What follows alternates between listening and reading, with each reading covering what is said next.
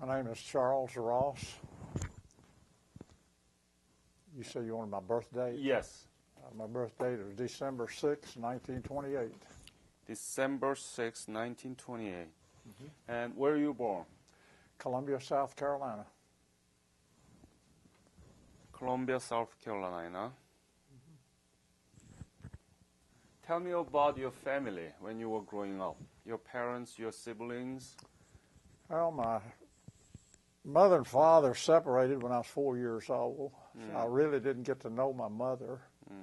I was raised by my father, and he provided for a sister and myself. I graduated high school in 1946 there in South Carolina. And shortly after I graduated, after a short attempt at public work, I drove a truck for a couple of months. And then I wanted some excitement, adventure in my life, and wanted to kind of leave the area, so I enlisted in the U.S. Army. Do you remember the date you enlisted? February 13th, 1947. What was the name of high school you graduated? Dentsville High School. Could you spell it? D-E-N-T-S-V-I-L-L-E. D-M-T-S-V-I-L-L-E High School. Where did you go to receive basic military training? Well, I started my basic training at Fort Jackson, South Carolina for about 2 weeks, and then they moved us rather abruptly down to Fort McClellan, Alabama. There was some political jockeying going on about closing the Fort McClellan, and the senator from that state had enough political pull to move one company of trainees down there just in an effort to keep the fort open. So what kind of basic training did you receive? Basic combat training. Basic combat. Just basic, we just call it basic training. It's just a rudimentary training for a conversion from civilian to military or army. How long was it? 8 weeks. 8 weeks. Were you paid any during the basic military training? I Did they pay? I didn't receive any pay while I was in basic training due to a loss of my records. The transfer from South Carolina to Alabama, and somehow they misplaced several of our records. It was a political thing, and they did it rapidly, and somehow our records became separated from us as individuals.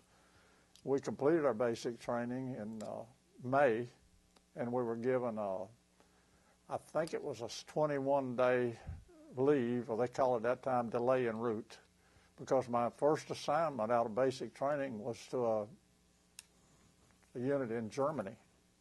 Post-World War II Germany. Yeah. So did you go German? Yes, I did. Where were you in Germany? I was stationed at Kaserne, was a German Kaserne, which was the army camp in Friedberg. F-R-I-E-D-B-U-R-G is the way it was spelled. And there I remained for the next 3 years. So you were there until 1951? 50. 50? Yeah, I left the States in June of 1947 and came back in June of 1950. I came back to rank as sergeant. And how did you like German? I mean, German, I mean, the station there. I liked it. I liked the people. I liked the assignment. Of course, when we got there in 1947, it was just 2 years after the end of the hostilities there, the war, and the larger towns like Frankfurt was pretty well torn up. There was a lot of rubble in the streets. Buildings were bombed out, and the town itself was, the infrastructure, the streets, the sidewalks, and everything was in terrible condition. It seemed that the railways were spared for some reason, so the rail transportation method was fully functional when we were there. Yeah. But the 3 years I was there was huge improvements, lots of rebuilding, cleaning up. And I got along very well with the German people. I got to meet several of them, learn some words in their language. Do you speak German? No, I don't speak German. But if you're familiar with the term GI German, then you'd understand what I'm talking about. What is that? We just learned words, what they meant. And GI German, I see. right, Now I GI got German, it. that's what we called it. But, How much were you paid at the time in Germany? I started off at $78 a month. Mm-hmm. I was a private when I arrived. And when I left there in 1950, I was a sergeant, and I was making somewhere around $140 a month. Mm. And then, do you remember the date that you returned to the United States from Germany? No, I don't remember the exact date, but it was in mid-June. Before the Korean War break out? Oh, yeah, yeah. Mm-hmm. I was on leave when the Korean War began. So I didn't know what Korea meant when a lady asked me while I was on my leave from Germany. I was given a 20-day leave. My new assignment was to Fort Devens, Massachusetts with the 7th Infantry Division. And one Sunday afternoon in June, late June, a lady that I had known ever since I was a child, see, I was at home at the time on leave, she asked me if I was going to Korea. And I thought she was asking me if I was going to make the Army a career. I just confused the two words. I didn't know where Korea was geographically. I was not all that good at geography anyway when I was going to school. Never really studied it. The word Korea and career sound a lot alike to me, and I just assumed she said Korea. And I answered her by saying, I hope to. And she said, oh, you want to? And I said, yes, I do. I was thinking I was wanting to make the Army a career, and she was thinking I was telling her I wanted to go to Korea. Of course, about 2 days later, I saw the headlines in the paper about the beginning of the war and the attack on the south part of the country. And then I didn't know what Korea was. I didn't know it was a country. And then we found out it was separated into two parts. It's North and South Korea at the end of World War II. And I began to do a little studying right quick to find out where this place is, because being in the Army and had 3 years of infantry training, I figured I might just wind up there. But I went on to my assignment in Fort Devens, Massachusetts. And I was there just a short time. And being the new guy, and this always happens in the Army, I found it, I stayed in the Army for years, but being in the Army, the new guy coming into the unit, the unproven guy, hadn't been that long enough to prove himself, generally gets the details that other people don't want. And if they call for people, send me so many privates or so many sergeants or whatever, the newer ones is going to be the one to go. I understood that.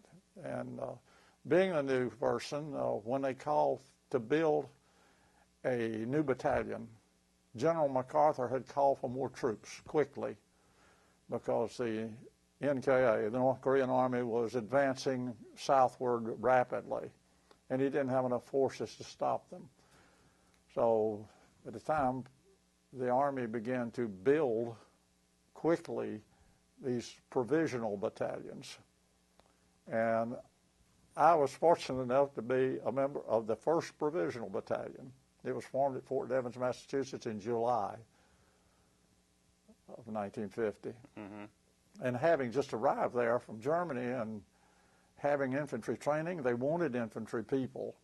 So I was one of the, quote, lucky ones, because I was one of the first ones moved to this provisional battalion. And when I first reported to the new unit, I was the only one in the squad. I was assigned the position of squad leader of the 3rd Squad of the 1st Platoon of Company C, 1st Provisional Battalion. And within, I'd say, 7 to 10 days, we were fully at full strength. We were fleshed out completely. I had a full 9-man squad under me. And we were preparing for movement. And we had an orientation, and that was the gist of the talk that we got. Our battalion commander, he was a lieutenant colonel, he was a World War II veteran, and he called the whole unit together as a battalion and told us that we were preparing to move to Korea. When was that? That was at Fort Devens, Massachusetts in July. July? 1950. No, but the date around mid, early, or end? It was mid to late July. I don't remember the exact dates. But we started all of our medical screening, dental, health checks, just to see what shape we were in. And we had people assigned to our unit that some of them had just completed basic training and advanced individual training. Of course, they'd had that. But they'd had no infantry training. We had people from military police units, ordnance units. We had motor mechanics, cooks assigned to us as an infantry unit, issued a rifle and told them, you're going to war. So we were not prepared. What were you thinking? That you heard that you're going what to was go I to Korea? thinking? Yeah? Wow, what's going on here? You're already professional, far advanced soldier than others, and you're a sergeant, and you knew that the war, that you might be killed. Oh, absolutely. You were not scared? I was concerned. I wouldn't say scared. No, I always kept in the back of my mind, I enlisted in the Army for adventure. I want to do something. I want to go somewhere. I want to see things. If I'd say I wasn't frightened, I wouldn't be truthful. Yes, I was frightened at the thought of being killed. But at that time, my father had already died. He died while I was in Germany. My mother, which I was not raised by, but she had died while I was in Germany. Oh. I had one sister that I was still in contact with. And I had a stepmother that my father had died had married, had married her just before his death. And that's the only family I had. So I had no one really to account or, to hold myself to as a family. So I was not concerned about others. I was kind of a loner. One of the sad parts of my military career for a long time was I didn't have a home address.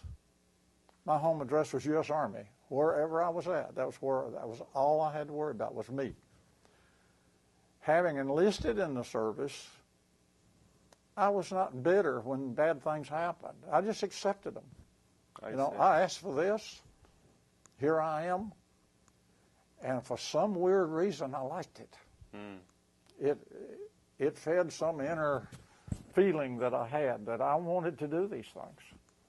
You were faithful. I didn't do anything heroic, but I think I did my job. And they assigned me as a squad leader, and we had all of these people that was assigned to us untrained. And our battalion commander was a Lieutenant Colonel Harold K. Johnson. He later became Chief of Staff of the Army, 4-star general. He organized the battalion at Fort Devens, Massachusetts, and we traveled to Korea with him as our commander. And our first couple of months there in South Korea during the attempt to hold the NKA back, he was our commander. But they saw his talents, and they moved him to a regiment. He took over the 5th Cavalry Regiment. But weren't you concerned that these people hurriedly put together to be sent to Korea without proper military training? Weren't you concerned that they might be... Oh, Yes, very much so. I was more concerned for my men than I were myself. Mm-hmm. It's difficult to try to train people when you're under the pressure of armed combat. And their safety was my concern. A squad is the smallest organized military unit in the infantry. And I was a small unit leader, a squad leader. Mm-hmm. I was a sergeant first class by that time. They promoted me on the ship on the way over there to the rank commensurate with the job that I was holding. Mm. And I was tremendously concerned about them. Yeah. And I was trying to be a father. Mm-hmm. I was 21 years old, but I was trying to be their father because several of them were like 18, 19 years old. When did you leave for Korea?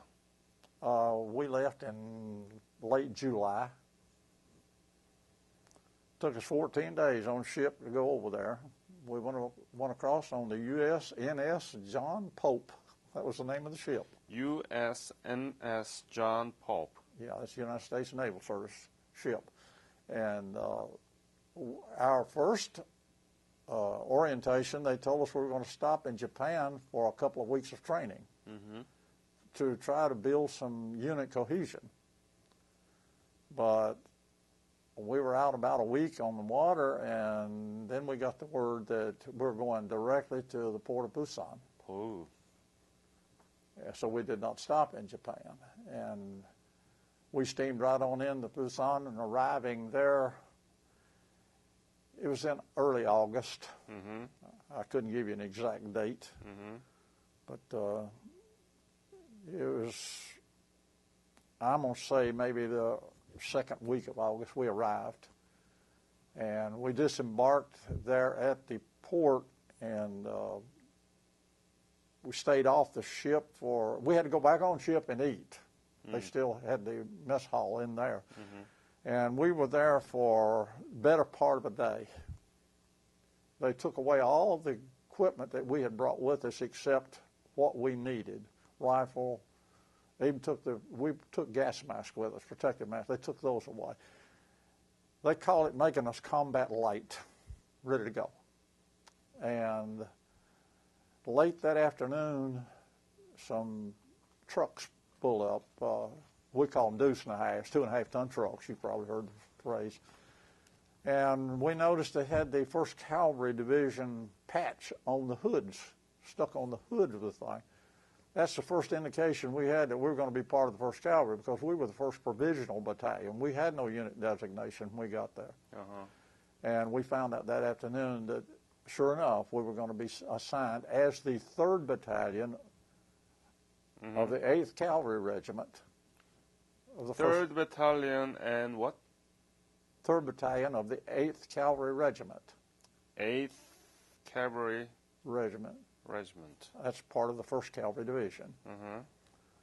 And consequently, since I was in Company C of the 1st Provisional Battalion, we became Company L because of the alphabetical way that they aligned the units, what they call lettered companies. C become L when we were assigned to that battalion. And we were transported to a rail station, put on trains, along with Korean civilians. I mean, there were women, children, men, boys, and all aboard this train, but they just piled us in it. And here we are, fully armed and ready to go. I say armed, we had no ammunition. We had weapons, you know. And we went to a town, they call it Daegu. I believe that's the name of it, Daegu. We arrived there maybe an hour and a half train ride. And then we disembarked, trucks picked us up again, and we went out into just a orchard of some kind. We got apple trees, fruit trees of some kind. It was an orchard. This was in August. It didn't have any fruit on them, but they pulled us out there, and we set up a bivouac out there. We put up tents and all, and we were ready to stay. And the following morning, that afternoon, they issued us ammunition. They brought out the 30 caliber M1 rifle ammunition. and told everybody not to load your weapons. It was a safety device. But soldiers don't always listen, and some man loaded his weapon and stumbled and fell, and a round went off, and it went through the tire of one of the trucks sitting there. And the battalion commander became excited and held all the ammunition taken away from us. The following morning, we got on trucks, and they took us north, I don't know, 3 or 4, 5 miles up there, and we were going to watch a Marine unit attack a hill. And there was NKA on the hill. And we were just going to sit up on this knob and watch this. And we could see them. They came out and they looked like little animals working their way up in little streams. We could see them moving back and forth. Yeah. And in the meantime, they had an hour or more of preparatory fire on the hill, artillery, air power, aircraft came in, they strafed, they rocketed, they bombed. And we thought no one could live on that hill with all that going on. And we saw these Marines get maybe a third, maybe a halfway up this hill, and then they came out of bunkers and holes and all and drove the Marines right back off the hill. And we're sitting there, no ammunition. And we could see these people going around us, getting around us. So someone finally gave the order, get on the trucks and get out of here. So we got on the trucks, and we were lying down as best we could in the trucks, and the trucks was flying down the road fast as they could go. And we could hear small arms fire, but we didn't know where it was coming from. And my particular truck, the truck I was on, was stopped by a lieutenant, Army lieutenant. He got out and waved us down, and the truck stopped, and he had us all get off and get in the ditch. And we got in the ditch, and he asked us, give me all of your ammunition, and you can get on the trucks and get out of here. And we said, we don't have any. He gave us a few choice words. He told us to get on the truck and get out of there. And we did. We went back to our units, and we stayed all night in this bivouac area, in this orchard. The next morning, we went across into it was across a road and into a field and then out, and there's some hills, and we were at the base of the hills, and we began to receive fire.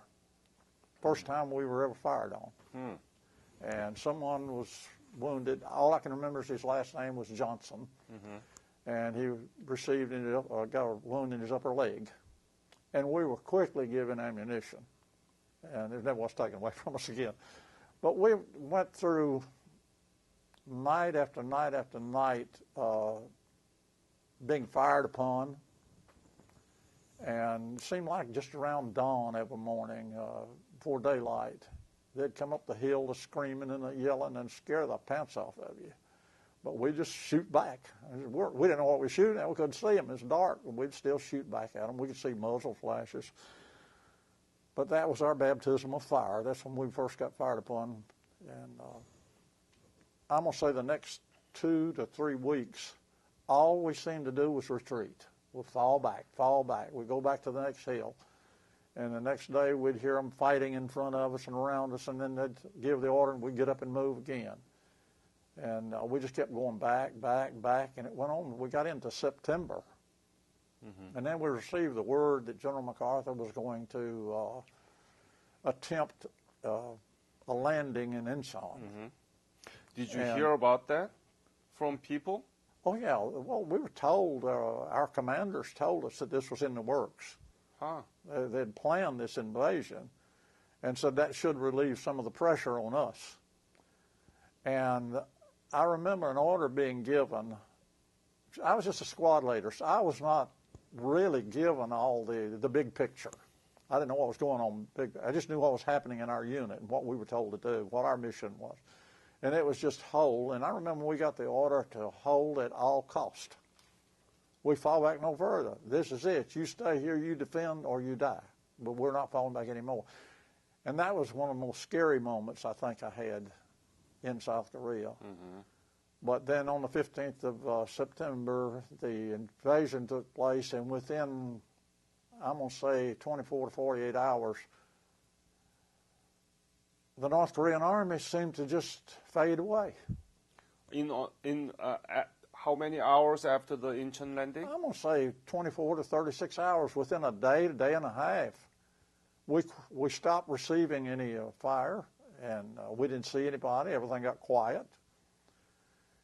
And shortly after that, we began to move north by truck instead of foot. We got on truck, and we were going up the roads now, and just about as fast as we could go.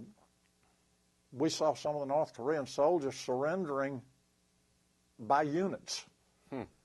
20, 30 people at a time, just stand there and hold their hands up like this, and they'd leave someone there to take charge of them and take them back and process them as prisoners of war.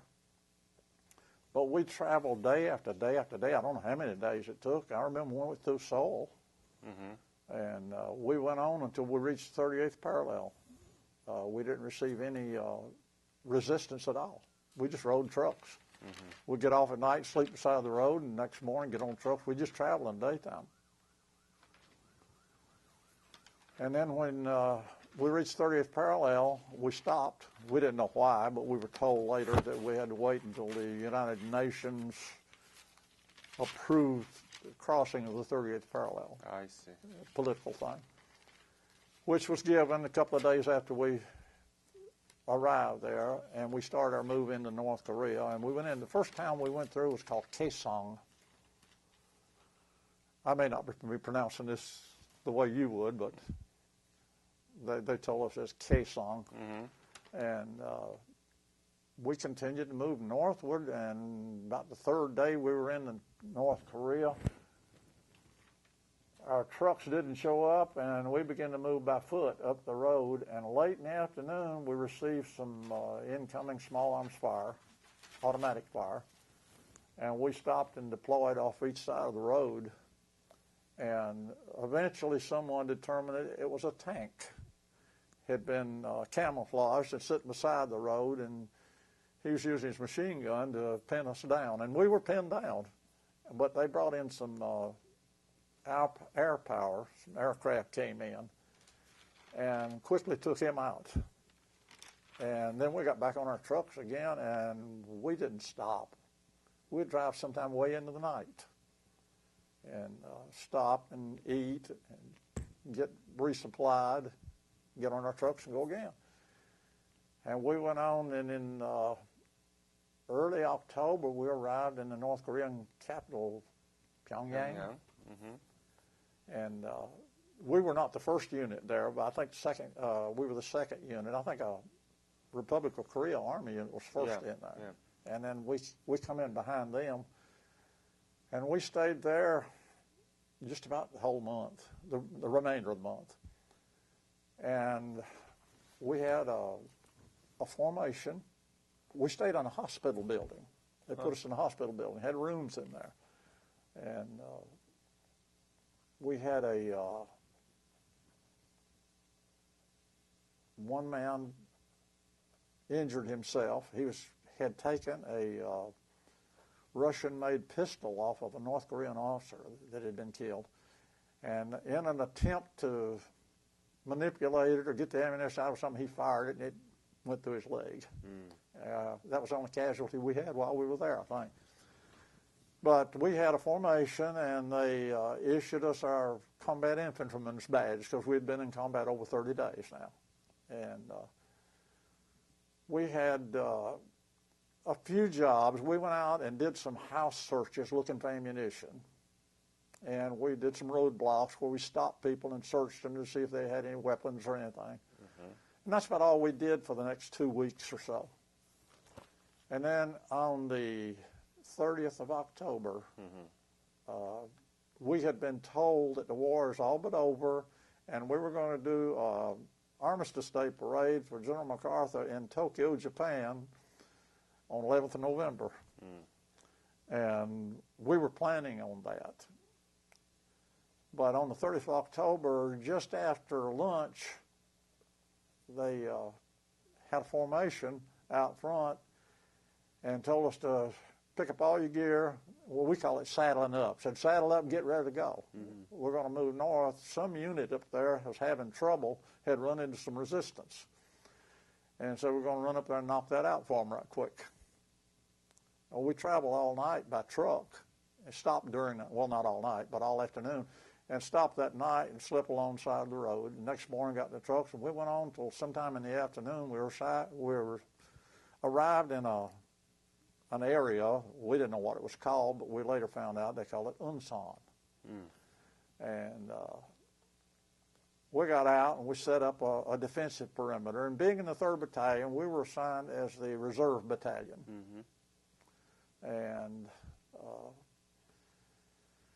I was in the 1st platoon of that L Company, and they sent us up on a ridge which was to the southwest of our battalion area, and we were on what they call a listening post. We were out there to watch and listen and not allow anything to slip up on us. And we were out there sort of enjoying ourselves, nothing going on, didn't hear any gunfire, airplane fly over every once in a while, just light planes, but there was smoke in the air. There was lots and lots of smoke, like the forest was on fire. But we didn't give it much concern because we'd seen fires the whole time we'd been in Korea, burning up the hillsides. And along about 10 o'clock that night, we call it 2200 hours, got a call on our sound-powered telephone out there, our platoon, tell us to pack up and come into the CP, that the entire regiment was going into a withdrawal at 2400 hours, which is midnight. And incidentally, I was acting platoon sergeant this time. Our platoon sergeant had wounded himself, the one I was telling you about, shot himself through the knee. And I was just acting as a platoon sergeant until a new one was assigned to us. And when we went down the hill, our platoon leader, we got to a bridge along the road on the Namyeon River. And this Lieutenant Keys, which is our platoon leader, he called for me to come forward. And he said, have all the men sit down on the side of the road. I'll go up and find out where they want us, and I'll come back and get you. I said, fine. And so moon was shining very bright that night. It's November the 1st, 1950. And I had everybody sit down on each side of the road, and a man that I knew very well, he was not in my squad, but he was in my platoon. His name was Luther Wise, and he had fought in World War II. He's a little older than I was. And he came up and was talking to me, and he started to light a cigarette, and just as he started to light the cigarette, everything broke loose. Fire from everywhere you can imagine. Even within the battalion area, they had infiltrated our area. The firing was coming off the same hill we had just come from. So I just rolled down the hill and yelled at everybody, 1st platoon, get under the bridge. That's all I could think to say. And from then on, organization was lost. Confusion reigned supreme. No one knew what the other man was doing. I didn't know where my squad members were.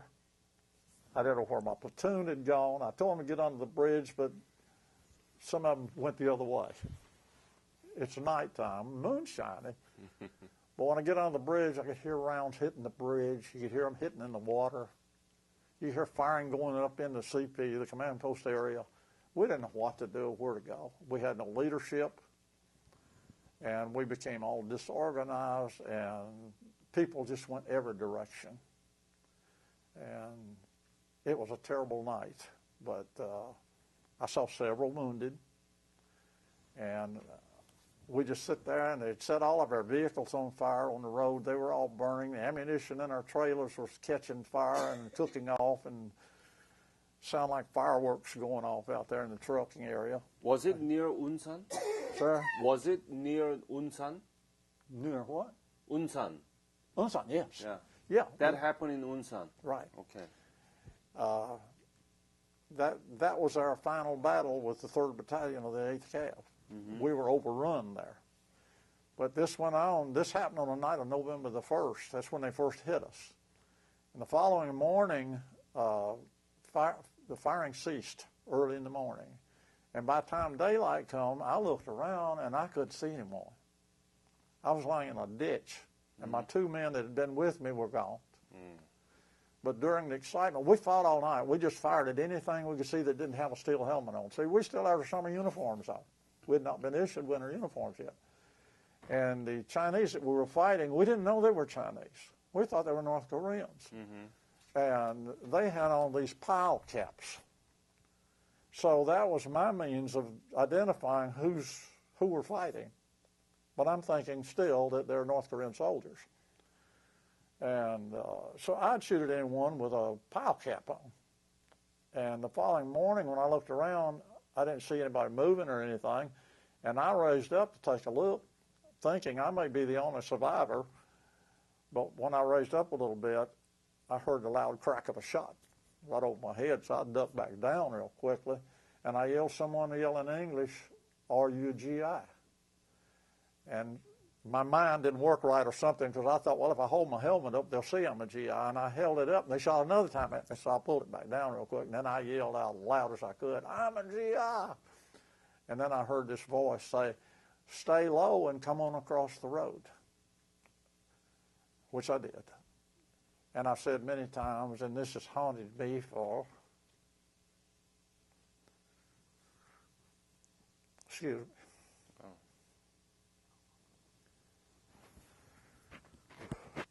it still bothers me. Yeah.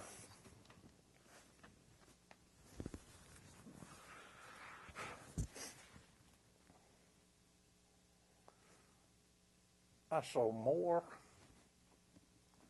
dead people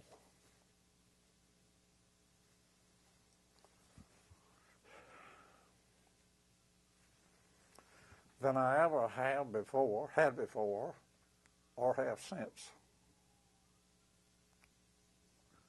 on that road.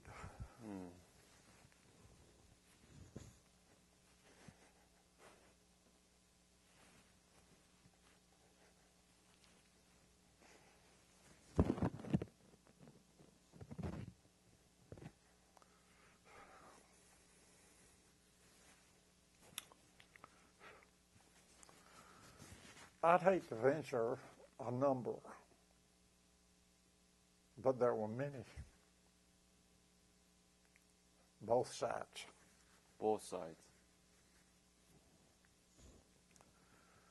There had been a light machine gun set up just in front of me in this, right on the side of that ditch. And the people either didn't know or they were trying to rush them, because I saw bodies like crossbodies with American uniforms and Chinese uniforms. And I can't get over that.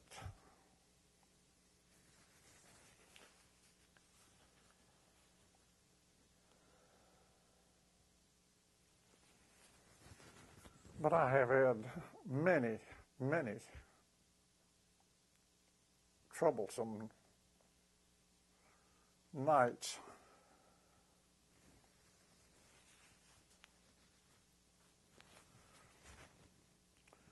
When I think about that scene. This happened when I was 21.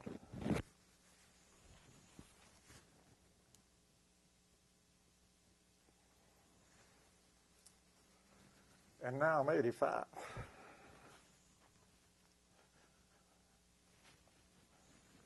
And it's still painful.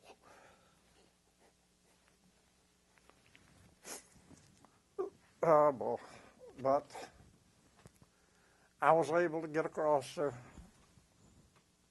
road, and I was told to get into this hole. Someone had dug a foxhole. And when I got in there, are you familiar with the term Katusha? Yeah. Okay. There was a Katusha in there. Oh. And they had only been assigned to our unit maybe 3 weeks or more. I didn't recognize the individual. I had 2 assigned to my squad, but I didn't know where they went or what happened to them. And the poor man I got into the hole with had been wounded. There was also a carbine, 30 caliber carbine, a canteen, which was empty, and a pair of binoculars laying there on the ground. I don't know what happened to the person that had them. I assume he must have been an officer, because it was a 30 caliber carbine. We all had rifles in this man I'm talking about, this Catoosa, he had an M1 rifle with him. And poor Geller was holding his stomach, and I could see the blood on the outside of his field jacket. I knew he was wounded. Couldn't understand him at all, had no idea what he was trying to tell me. And he was saying something to me which sounded like he was saying mule. Mule? Mule. Sounded like he was saying mule, which is an animal, similar to a horse. Yeah. And I had no idea why he would be saying that to me. Mm-hmm. And he looked so painful. And I said, buddy, I'd love to help you, but I don't know what to do. I later learned, after I was captured, someone told me that the word mule, something to that. Mule, water. It's water. He was wanting water. And had I known it, I could have given him. But I didn't know what it meant, had no idea what he wanted. And he succumbed to his wound while I was there. I just saw him fall over, and there was no more movement. Mm. And I stayed there for, I don't know, half hour or so, and then I was called and told to come on over, and they were going to form a perimeter out there in this field, which I did, and we tried to gather in all the wounded. I didn't particularly help. I helped in digging the holes to get people into these holes to try to defend themselves. We didn't see any enemy. Mm. We didn't know who our enemy was until after dark. And the sergeant I mentioned before, named Luther Wise, he is a little more experienced than the rest of us. He had been in World War II. He'd fought in Italy. And he was the one who told us, bright moon, I remember, and he had told us, don't fire. We could see them moving toward us. Mm. We could see these figures coming toward us in large numbers. And he said, don't fire until I fire. So we passed the word on, don't fire until you hear firing on your right, which he was up on the right end of our southwest side of the perimeter. So we waited until he fired, and he waited till they got about 40, 50 yards from us, and he started firing, and then everybody started firing. And I've often been asked, did you kill anyone during the war? My answer is, I don't know. By all probability, yes, but I don't know that for sure. All I know is I fired at figures in moonlight. And they came at us in great numbers, but we beat them back, and they still come. And this went on for half hour or more. Then everything quietened down, and all we could hear was crying and moaning out in the distance. The following day, we had little to no action, but we had some aircraft came by, light aircraft, and they dropped some medical supplies. That night, we had some more frontal assaults where they came out. We again fired on them. And then the third day, we were out of food, we were out of water, it was getting pretty cold, and we only had our summer uniforms on. And we were told that the 5th Cav was coming to our rescue, going to come get us out of there. And the way we were communicating was through 5 tanks that we had attached to our battalion. They were there in the perimeter. And aircraft flying by, they had radio contact with them, so they could tell them. And they told us about the 5th Cav coming. Mm-hmm. So we had some hope. But then late on the afternoon of the 3rd day, which is November 4th? This is going to be on the 3rd, at best I can think. See, we went 1st, 2nd, and 3rd, the night of the 1st, and all this November 3rd. But late that afternoon, and I was close enough to this tank that I could hear, they had the hatch open, and I could hear the voice on the radio, and I heard him say something about they had run into stiff resistance. The 5th Cavalry was supposed to be coming to our rescue, and was unable to break through the roadblock. And then about 30 to 45 minutes later, we got the word that the decision had been made that the 3rd Battalion would be left to its own devices. Oh. And that the order had been given that you are now on your own, and I heard the word Godspeed, which to me meant that you're abandoned. You're going to either get out or you're not going to get any help. Right. That's what it meant to me. And somehow I did not get frightened. I just vowed I'm going to do my job as long as I can. And we stayed there through that night. Then the next day, up into the middle of the day, we heard a strange explosion. It wasn't like high explosives, the real crack of a high explosive, but it was just a thump sound, and then I heard people screaming, and I raised up out of my hole. There's 3 of us in this hole. And I looked back, and there was smoke, and white frost was falling like an umbrella. And I thought, oh, Lord, I've heard of these chemical rounds and what they'll do to you. And I heard people screaming, so I figured someone is hit with this stuff. And then I heard a sound that I didn't know what it was, and I raised up and looked, and it was just a wall of men, soldiers, running kind of to the northeast. And I yelled at my 2 men in the hole, come on, let's go. But we'd been there on our knees so long, till I was 21 years old, but it took me a good 20 or 30 steps before I could run at full speed because my legs had to get used to it. And we ran, and we could hear small arms fire through that smoke, but it was white smoke everywhere, just a perfect smoke screen. They fired into the smoke, but I didn't see a single person get hit. So that's how we made our exodus. About 150 of us made it out of there, out of that perimeter of the Battle of Untitled. And then we wandered around through the hills, and on the morning of what I think was the 6th, but I'm not sure these dates, but we were struck again. This unit that I'm talking about, this 150 men, and they were from all the companies of the battalion, just the survivors, the one that was able to walk. The wounded had stayed back there at the battlefield where we'd been, and a chaplain named Emil Capone, he was a captain, Catholic chaplain, he stayed there to surrender them. He was uninjured, but he stayed there and surrendered the wounded. We tried to make an attempt to escape, but we wandered through the hills. Didn't really know where we were going. We was trying to go south. And on the morning of the 6th, I believe it was the 6th, we were again struck by unknown forces, Chinese probably. And myself and 1 man named Donald Vaughn, he was a PFC, he's from Raleigh, North Carolina. He was in my squad, incidentally. People just scattered like flies. I mean, just went every direction when they started firing on the front of the column. And him and I went and got on the rock ledge, and we laid there until dark. We heard no further sound. And then we got up and began to look for water and food. And we wandered around out there for about 4 days, drinking from whatever source we could find. We would stop at these abandoned houses. They were few and far between out there in that part of the country, but we'd find, sometime we'd find a vegetable like a beet or a turnip or something like that.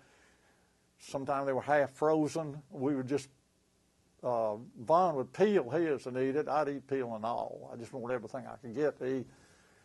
And then wandering around, him and I one night stopped in an abandoned house and stayed there all night. Very cold. And we were going to stay there the second night, but an old Korean man came to us. We couldn't understand him, but he kept motioning for us to come with him. So we decided to trust him. He took us out on a hillside and motioned for us to stay right there. He'd gone 10 minutes or more, and he came back and he had some hot broth or soup or something. It had a taste to it. He gave us that and gave us a bottle of water, and he took us over this hill to a field and took us into a little dugout. I imagine he had it for his family. I'm not sure. But I know it was straw lined inside. Yeah. And we stayed in there that night. And he had indicated to us, or what we thought he was trying to tell us, to stay there and he would come back and give us more guidance. Why he was doing this, I don't know to this day. But if I knew, he was a lot older than I was, so he's probably no longer alive, but if I knew his family, and could some way, even though it's in North Korea, I would try to repay them.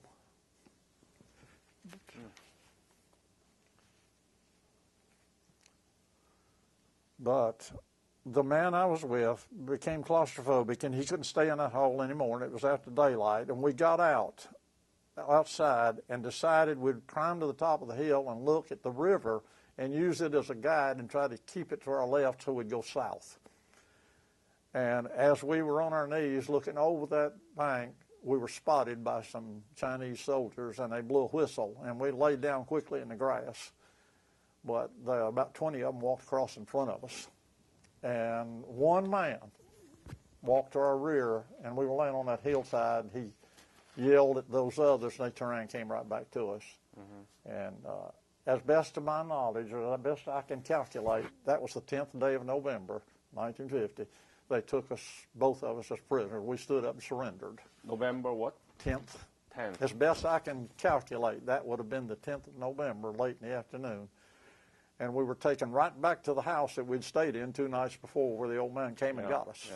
And they had set up sort of a headquarters because they had maps and stuff on the wall, and they had the lanterns and things in there. And we were kept there that night, and then the next day we were turned over to a field unit. And we were just kept out there, just the 2 of us. And the following day, the 3rd day of captivity, we were marched up a road just near dark, and we were joined up there with 7 more Americans, which made 9 altogether. And they were all from the same battalion, the 3rd Battalion of the 8th Cav. And there was about 20 South Korean soldiers, Rock Army soldiers. But we were kept segregated. And then each night from then on, for about the next week, we would march northward every night. We'd walk till daylight in the morning. And then mid-December, I guess, we arrived in a place, we just called it the Valley. That's all we knew. It was just a valley. Valley? Valley. We just called it the Valley because it never was designated as a prison camp. It was a little village up through this valley, and they just commandeered those houses and put us in them. And we stayed there for, I'd say, 3 weeks or more. We were not allowed to go outside during daylight. At night, we'd go carry water from this creek to cook the grains and whatever other food they'd given us. And then one day in early January, they lined us up on the road, and we marched across the Yalu River, right over the ice, and walked into Pyokdong. And it was designated Camp 5. And about a month after we were there, all the NCOs, sergeants, were taken and placed in the 4th Company and moved to the other side of the camp. And then we started our daily lectures. We went through that until August of 52, I'm sorry. August of 1952, all the sergeants were put on river barges and towed by motorboat up to a small village or town called Weewon, and that became Camp 4. And we were split in 2 different companies. We were put in old school buildings, and that's where I remained until we were told in August that an armistice had been signed on July 27th.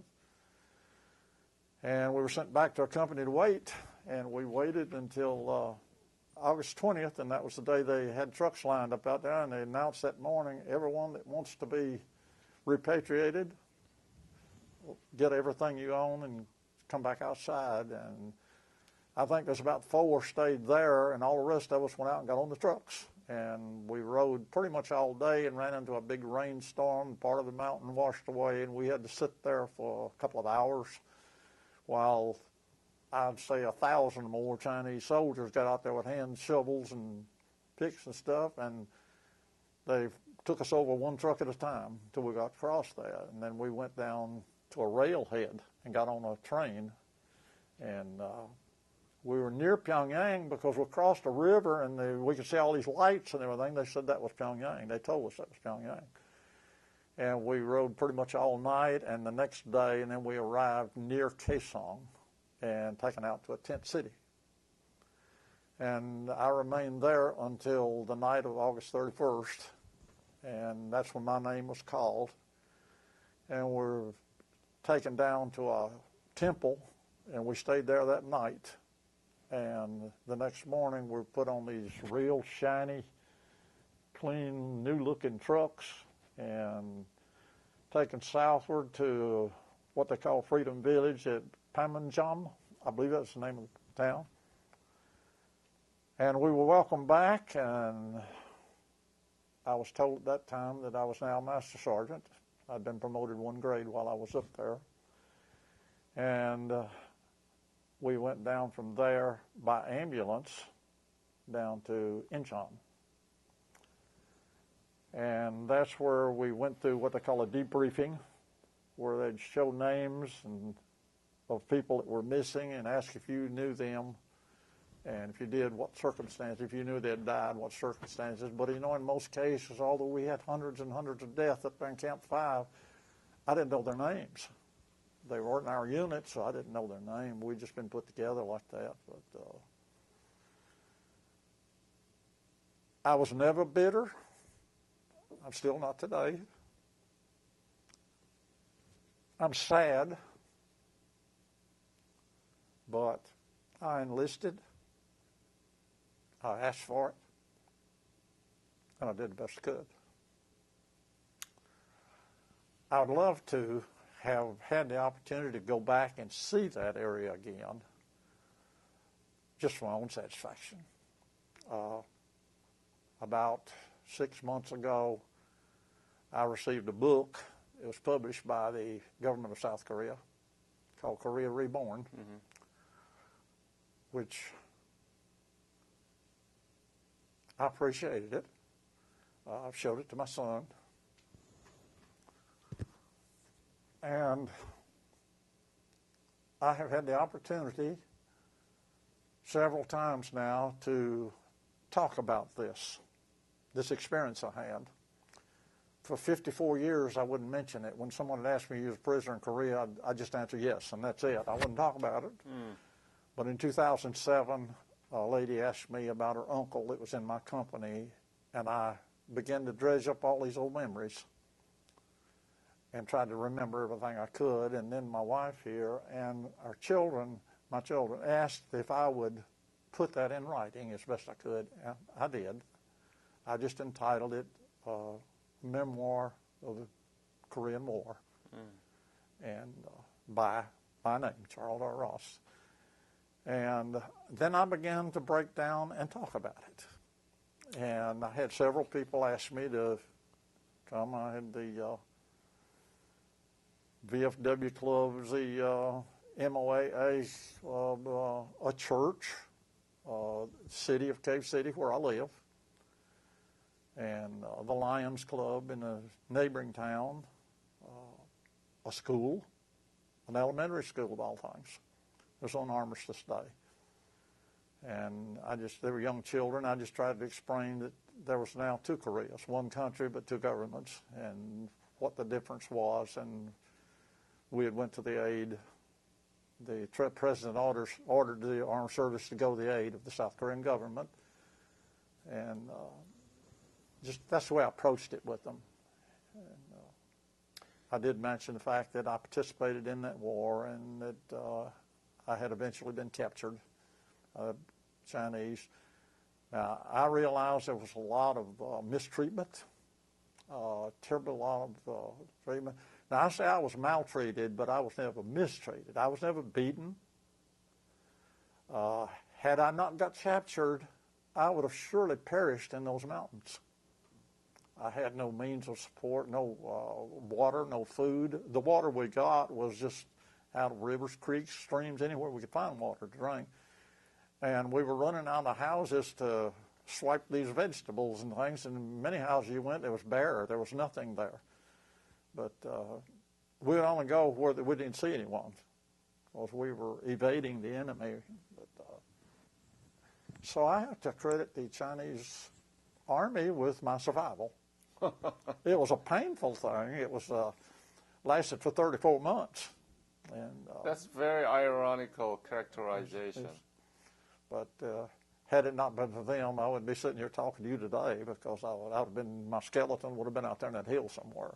But, what was the most difficult thing in the camp? Most difficult what? Difficult thing. What was the most bothering and... During prison camp? Yeah. The first, I'm going to say 6 months, early 51, Camp 5, we had just arrived there. They were bringing prisoners in daily. And we had deaths by the hundreds. People were dying daily. And that was awfully painful. And the worst part was we didn't know their names, most of them. And then we had to take these folks out and bury them. And that had to be the most painful thing. The most difficult thing, I guess, for me was the lack of food. We were just so hungry all the time. And what made you get through, you think? What made you survive out of it? The will to live. I just wanted to make it. I'd try to talk to these people. They'd give up and say, I don't want to live like this. I'd rather die than live like this. We're never going to get out of here. And I would talk to some of them and say, sure we will. Hang on. Eat everything you can. And there one of these days, sir? There are some people refuse to eat? Yeah, some. I heard them. Why? They'd sit there and talk and say, I don't want to live like this. I can't live like this. It's we called it giving up. They just give up and quit trying. What is Korea to you now? After all those years, horrible memory, what is Korea to you now? South Korea, a beautiful place from the pictures I've seen. Very progressive as far as the democratic movement of the government. Very productive. Just look at the automobiles that they're putting out. Many things now manufactured in Korea.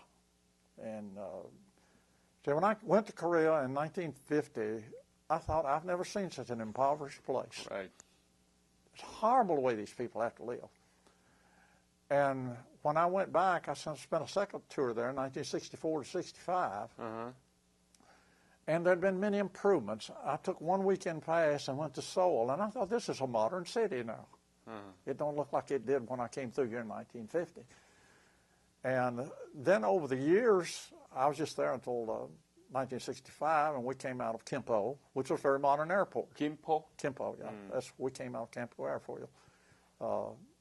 I thought this was very modern, had a nice terminal. And I thought, what improvements has been made? And I just see the people, as I'd see them on the streets as we go through, they're dressed, they're mostly Western dress now instead of the old traditional wear that I had seen them back in the 1950s. And then over the years, as I've always tried to keep up with the news of Korea. The South, well, we always read about the North. Yeah, they're always, what do you name? Kim Jong-un? Kim Jong-un. Jong-un, okay. He's always making the paper, some movement he's making. But, yeah, I read about it. They got a female president now, which is, I think, progress. And so I've got a very favorable opinion of the south part of Korea. And they have progressed since World War II, I guess, faster than Japan did after World War II, after the Korean War, I mean. Would you be willing to revisit Korea? If I'm physically able. I'm having some difficulty right now, especially with my feet. The Chinese walked us through a river, but they did warn us to take our boots off, and I did. Some didn't. And my feet were numb like for 2 days. And now they got to where I've got very little feeling in my feet. So I can't walk very far at a time. And I don't know as I'd be able to. I would love to make the trip. I talked to a man last night down there that had been back, and he said they treated him great. Yeah. So my second tour, we were up near the DMZ. We weren't on the DMZ. Wow. Again? I heard the name. You were in DMZ? Paju, yeah. Okay. It was near where we were at. I was with the 7th Cavalry on the last trip. Yeah. And they call it Camp Carlson. And the nearest village, which was right outside the gate, they called it Budome. And but I always heard taken about Pajuri, somewhere near there. Yeah. So it's in that area. That was our last tour, and I spent 13 months on that tour in that area.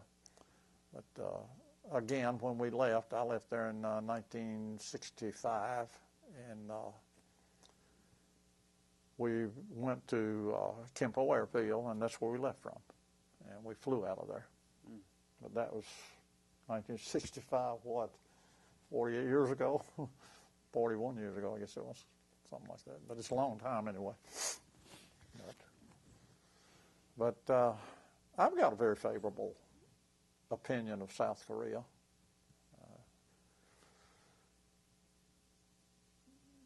And that's been about my story for my time in Korea, the time that I spent in Korea. The most difficult time was in North Korea. Yeah. We did have some difficulty when I first arrived. We were in country about 48 hours before we got shot at. And we were untrained, the unit I was with. In fact, our commander, Lieutenant Colonel Johnson, described us as an untrained unit. A thrown-together unit's what he called it. It was thrown together, and it was. We had people from all types of MOSs, military operations specialists. But I'll say one thing for them. When we arrived at Unsan and got fired on, they were brave. They fought. I didn't see a single man run from it. They stayed. A lot of them lost their lives, and several of the remains has been found in that area. I read about it all the time. Every time I see the word Unsan or returned remains from North Korea, my ears perk up. I have to check this out. One man was from Bowling Green, Kentucky. His last name was McManus. I think it was it McManus? I can't be sure of the last name, but I called the television station when they announced it. He said he was found in the Unsan area. And I called and asked him if I could get the contact information from them for his brother. They listed his name as the next of kin and was taking care of the business because his parents had already died. And I was sent an email back by the station manager saying they don't give out contact information. And I had no way of contacting the person. And the next thing I saw was a report on television where they had actually buried the remains. All I wanted to do was go say, hey, I was there, and I'll be willing to sit down and tell you what happened there. But I was not given that opportunity by over the television station. Why do you think it happened to you? Do you have any idea? I have no idea. I was an individual alone in the world. I was not married. My mother and father were dead. I had a sister, had no idea where she was. I was not in contact with her, although we had maintained letters through the mail, but I hadn't heard from her for a long time and didn't know she, until I had wrote her and told her I was in combat in Korea. I had wrote her a letter and got an answer back from her, and she was living in Alaska at the time. She had married a soldier and was living in Alaska. But I was a single individual who had enlisted in the service, seeking adventure, and I accepted my fate. And I still do today. But there was some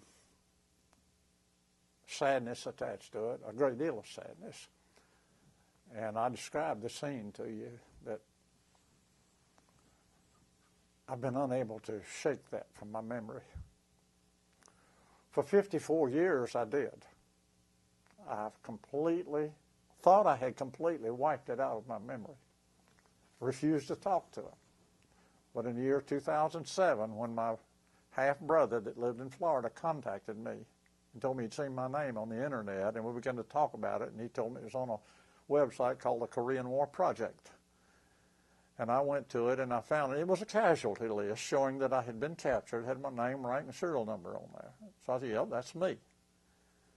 And while I was there, I found a page where they were asking, do you know these people, or anyone on this list? And I saw a name, Ed Potter, and I responded, yes, I knew an Ed Potter. He's a prisoner of war with me.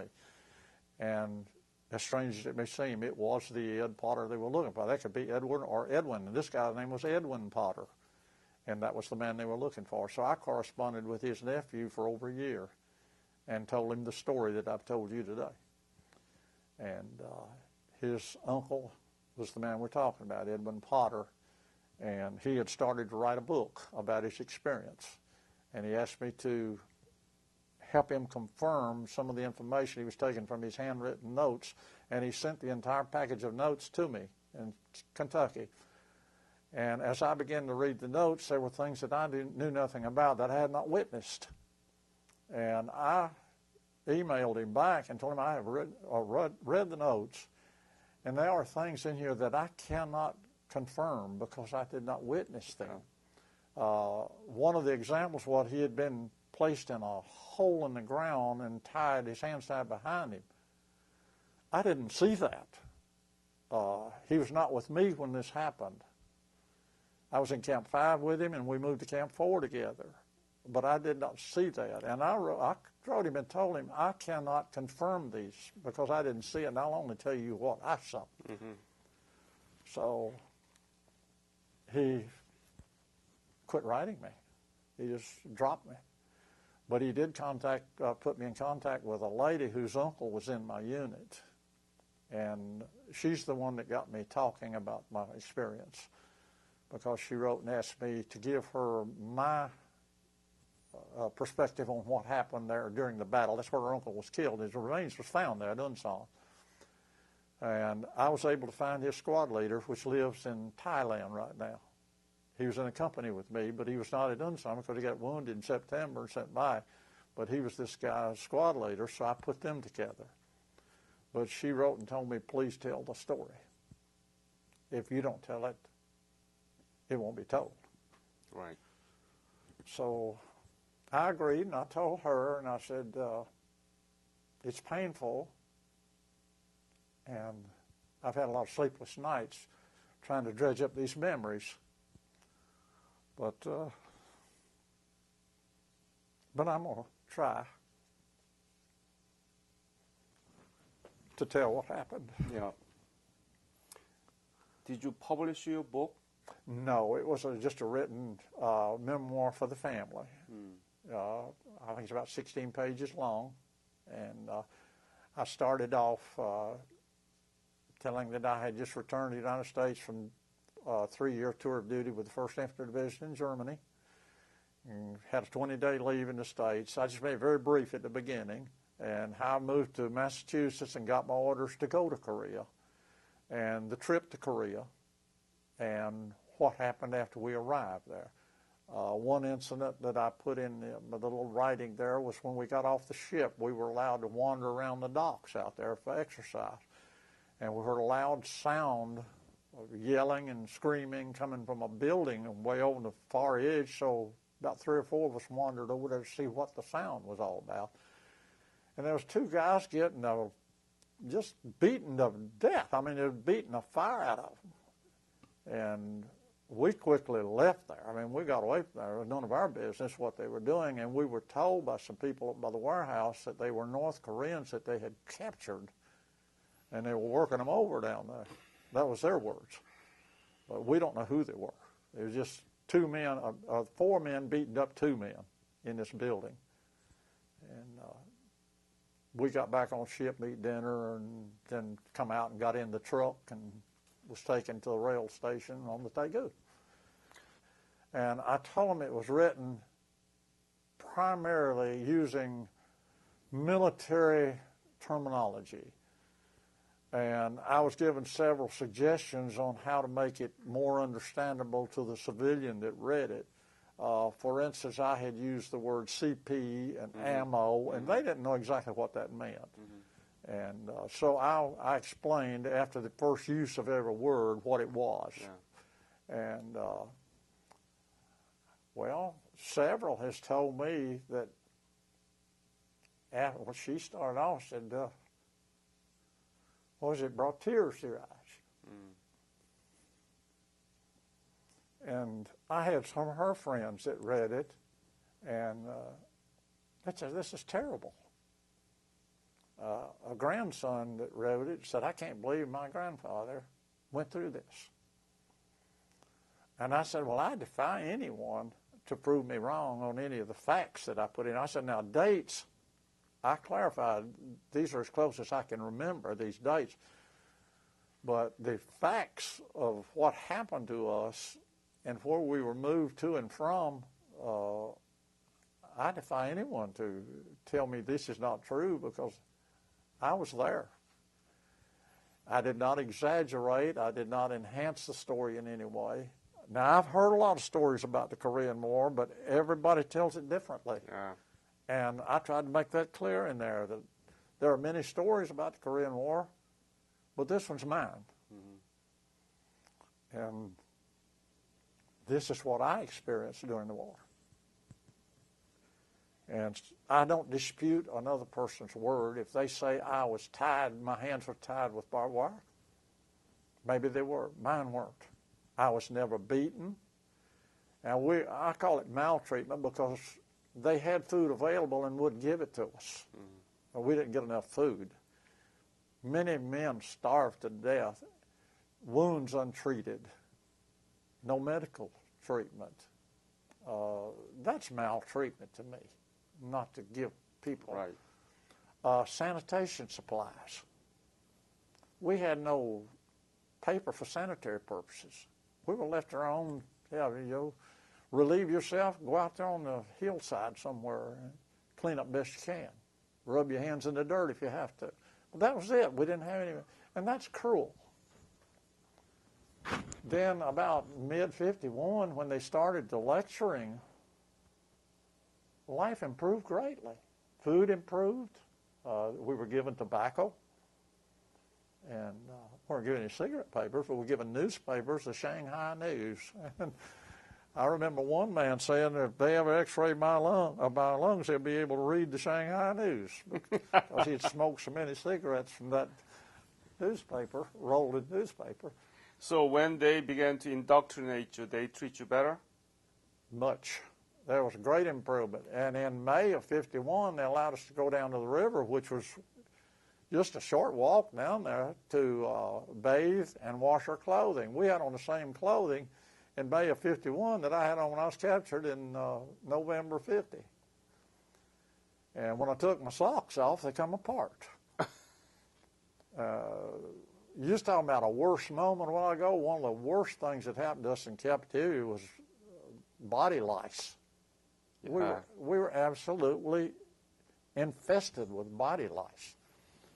And we'd sit around during the daytime. We were jammed in these little rooms. We'd sit down between our thumbnails and squeeze these little critters. And we'd be bloody all over from these things because they'd suck the blood from your body. And we call it our indoor recreation. I can remember guys lying at night in these rooms. We'd lay on the floor and sleep, and you'd hear some guy, "I'm getting another transfusion." They'd be scratching those lice, eating them up. And when the sun began to get warm up in, say, about March or April, we would take our clothing, the outer clothing, and wear them, and take the underwear stuff and lay them out in the sun to try to, delouse ourselves. Did it work? Not very well. It helped for an hour or two, but they migrated, and they'd crawl on you at night. You lay in there sleep. And they'd particularly get around where your clothing's tight to your body, the waistline, around your socks. Yeah. Of course, we didn't have socks until late 51 when the Chinese began to give us uniforms, the blue uniform. I was offered to keep my uniform when I came through Panmunjom in 1953. One of the GIs there asked me, did I want to keep that? If so, we'll launder it and package it for you. And I said, I don't ever want to see it again. I'd give $10,000 a day if I had it.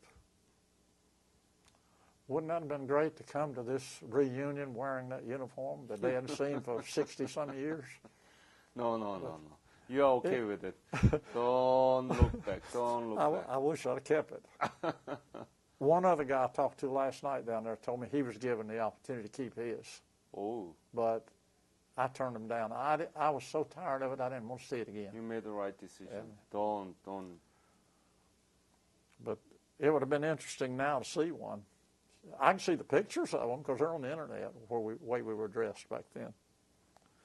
But now after we left Camp 5, I've seen pictures of that, and they've added a basketball court, and they had a POW Olympics, I think they call it there. But we were up in Weewon then, so we didn't get to see Camp 5 again. And then some Australian put a picture of it on the internet. I just purchased a book today down there in the Arden? Yeah. Yeah. And it was, had a picture of it in there. I told her, I said, there's Camp 5 right there. But you know, most of the people that's in this reunion that I talked to last night, they were all of lower rank, because I moved to Camp 5. I was a sergeant first class at the time, and I moved to Camp 5 in August of '52. They weren't. The people I talked to last night, one of the guys told me they were taken out of the camp that morning up into the village of Piatong and brought back that afternoon, and all the sergeants were gone. And I said, well, I didn't know that. I didn't know that they had hidden our departure from the rest of the camp, because we were put on barges very openly. And then these, I call them tugboats or motorboats, hooked about 3 of us, and we just went up the river, and we were gone. It took us most of the day to get up there. And then we were marched from the river over to our school building that we stayed in until the end of the war. You have an amazing memory. One of the... For 54 years, you were trying to wipe it out, but you were very... It took me, how many months when I started trying to get it all back together? Several months I went through trying to dig up these memories. And I would add detail after detail. That's the reason I put it on a computer, so I can go back and I can add in or take out. And if I think things are not exactly the way, I'd leave it out. It's exactly as best I can remember it. But there's some funny things that happened while we were up there. We made our own entertainment.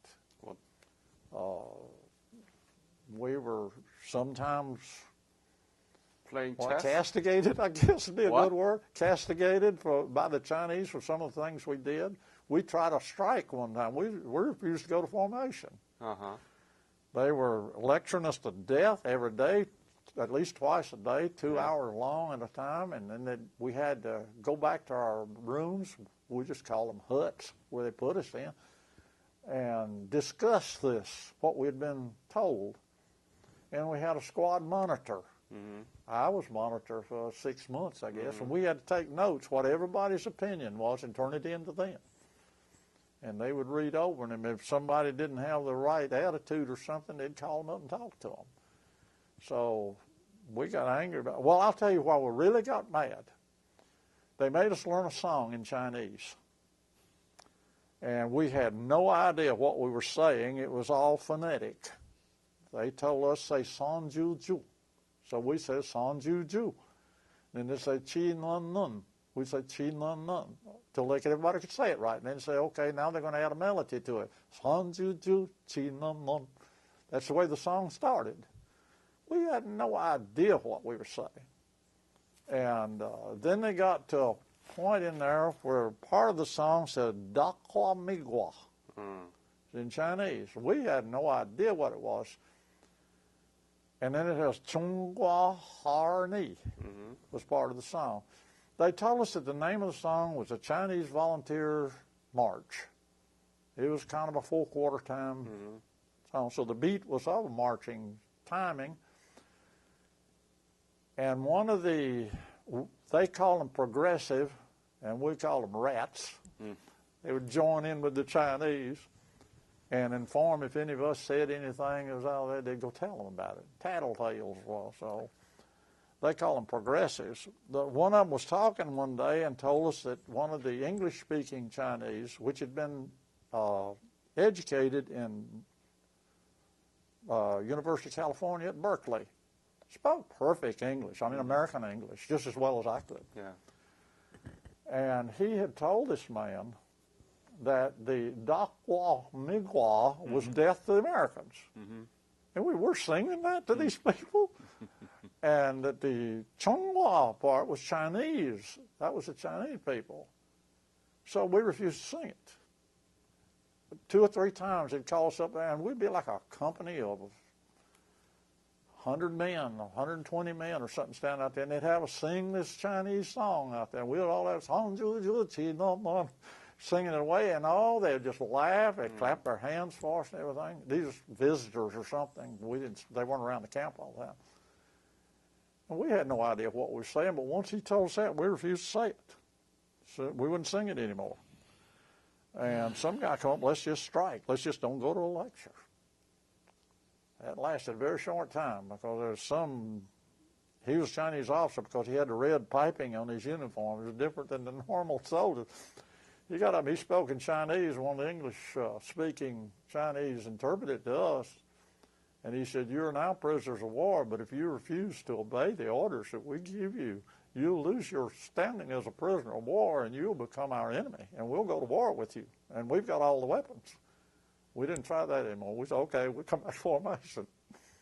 But that was just one of the things that I can remember in Camp 5 that was alarming to me. But then one of the strange things that happened there one time, and they didn't do a thing about it, we stand in formation, and some guy had attempted an escape, and it captured him back. And they made him criticize himself. They called it self-criticism. Yeah. You may have heard of that. And he was standing up and telling what a bad person he was, and somebody broke out singing God Bless America. Oh, boy. And we all chimed in. There was never such a feeling in my life. I mean, we just decided, I did, if they kill me, I'm going to sing. So they didn't interfere. They just stood there and let us finish the song, and then we went on about it as if nothing had ever happened. But we sang through that song.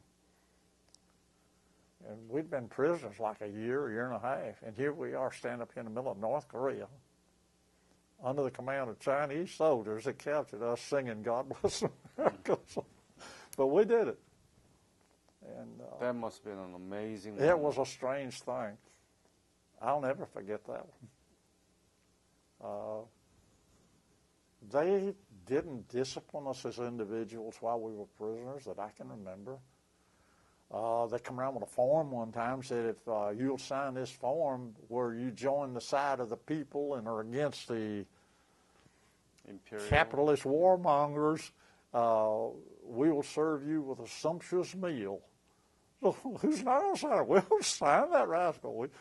And everybody signed it, and so they give us a better meal than we'd had in a long time. And I mean, they even brought in fish and stuff like that for us that we hadn't had in ages. They call it a sumptuous meal. It wasn't very sumptuous, but it was a lot better than what we'd had. But,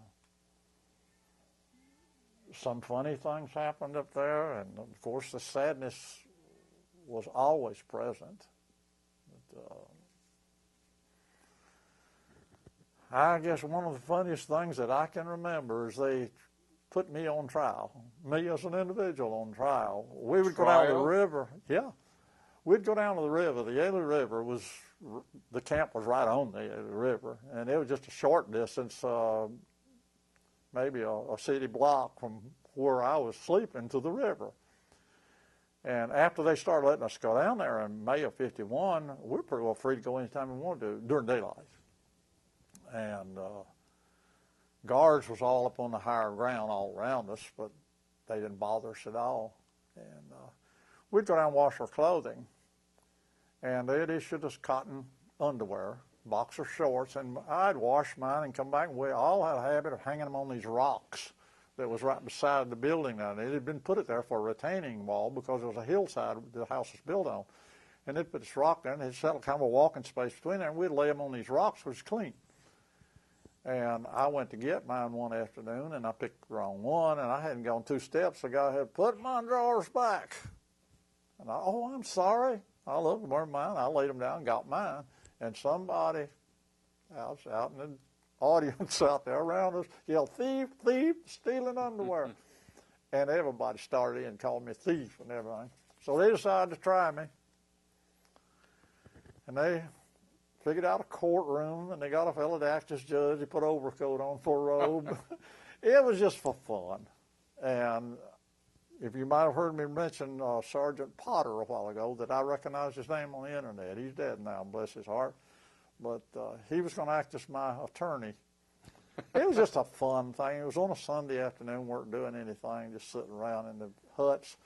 And they pulled us all together, and the judge was sitting there, the guy was acting as a judge. Somebody took a string and tied a hangman's knot on it. And he was sitting there swinging around and said, "Bring the guilty bastard in."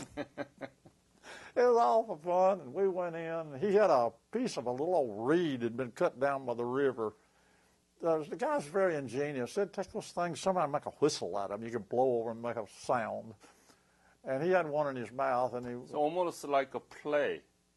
Yeah, it was just play. It was all play, just for fun, something to do. We were so bored. And while we started to walk in, they just took a rock and marked it out and said, "Okay, this is the courtroom. Set the judge up." They got a chair for him or a stool or something they would sit on. And they had the trial lawyer over there. He was going to try me for stealing this man's underwear. And I think the first question he asked him was, "Do you think this man is capable of stealing or capable of larceny?" He said, "He'd steal anything he get his hands on." But that was just for fun. We'd all playing and carrying on, and everybody was laughing about it. And some of the guards began to yell and holler from up in their posts, you know. And once very long, some of the instructors, we were required to call them comrades. And some of the English-speaking come around and made us all go back to our unit. They thought we were plotting something or something. We were just playing. But that was one of the funny things that happened. Everybody's having a big laugh over it, but it wouldn't allow it. A fellow named Nix, Henry Nix, who was from Yazoo City, Mississippi. Everybody knew Nix in Camp 5. Had very wavy hair, and he had grown himself a very fine handlebar mustache. And he'd take soap and twist the ends of it. It was, you'd see him from a long way off. He'd make you laugh, just look at him. And people were laughing at him, and the Chinese instructors, we call them instructors or comrades, they told him that would not be allowed, to cut that off. And we had a Filipino guy there that was our barber. He was a barber by trade. And the Chinese had furnished him with some large clippers, long handle clippers, not the squeeze type, but you'd take a hand and move them. You haven't seen all these before. And we'd have him just start here and go all the way over our head and cut everything off, because the beard was all, we couldn't shave or anything. And when they made him cut that off, he had this guy barber fashion a mustache on the top of his head with his hair and cut all the other hair off. And he'd wear that cap that they delivered us, and he'd take that cap off and bend his head over, and there was that mustache, and everybody just crack up laughing about it. But that was just his way of beating them at their own game. A lot of funny things like that happened.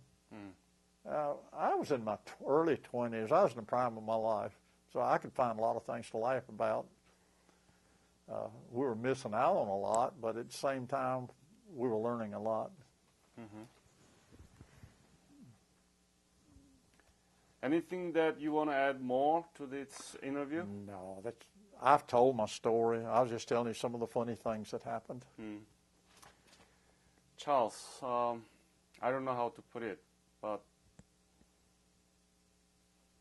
I just want to thank you for what you did for Korea, and I hope that you have a chance to go back to Korea, the country you never knew before, and you didn't have any hope when you left because we were miserable. But now we are 13th largest economy in the world, and we are one of the most dynamic democracy in the world. This is the book that I wrote, How We Did It, and I want to thank you. Thank you. Just thank you. You're very welcome. I don't know how I can put it out other than thank you. Stay healthy. Let me know if you want to go back. I'll do it. Okay? I sure will. Thank you so much again. You're very welcome. You're very welcome. Thank you.